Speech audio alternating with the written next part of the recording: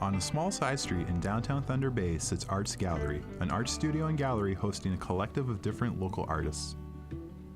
Don Bays is one of the founders of Arts Gallery, turning his passion of leatherworking into his livelihood. There he creates handcrafted wearable leather art. It's the first storefront I've owned, right? I used to do a lot of shows, like a traveling road show. I've been at the Thunder Bay Country Market now for about 4 years, right? And I've established a presence there. But it's the first time I've gone out and opened a storefront. I teamed up with Carol Cadrini, who is a fine arts graduate from Lakehead University, and she does metal work and paints and all kinds of different mediums. But originally we were going to go into Satellite Studios here next door, which is kind of the size of a closet once you've been in here. And just opened a little retail operation until Christmas. And then this place opened up and I looked at it and I went, that's where we got to be. So here we are. Don has been working with leather for over 40 years. His earliest memories of being introduced to the material come from his childhood. When we were playing cowboys and Indians growing up, I always wanted to be the Indian. I was fascinated with the culture. My dad came home with a piece of gray welding suede that I promptly took and started making stuff out of.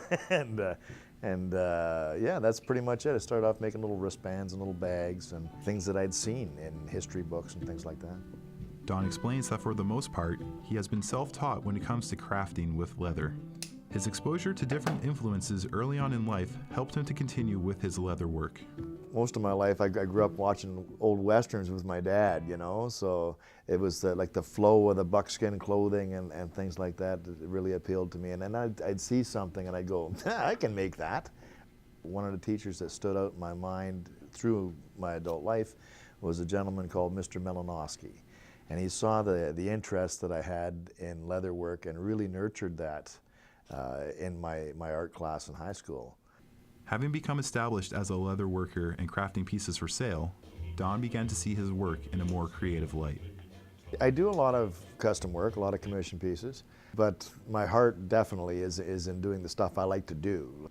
Up until I met Carol, I never considered my leather work artwork.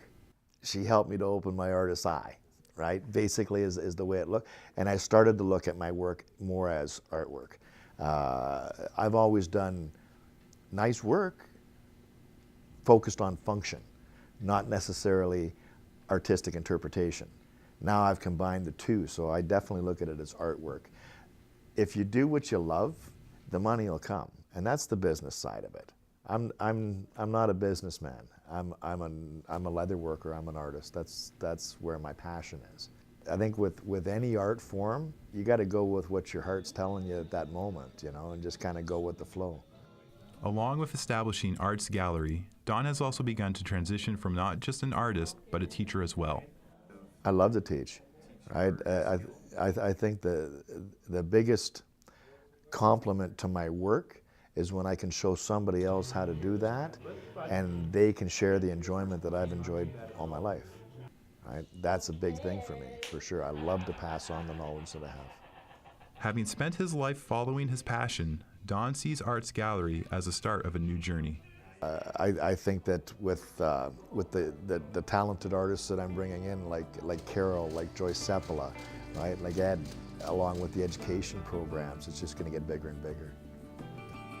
Only 3 kinds of people in the world: kind of make things happen, they kind of let things happen to them, and they kind of go, oops, what just happened? I know where I fit. Yeah, you know.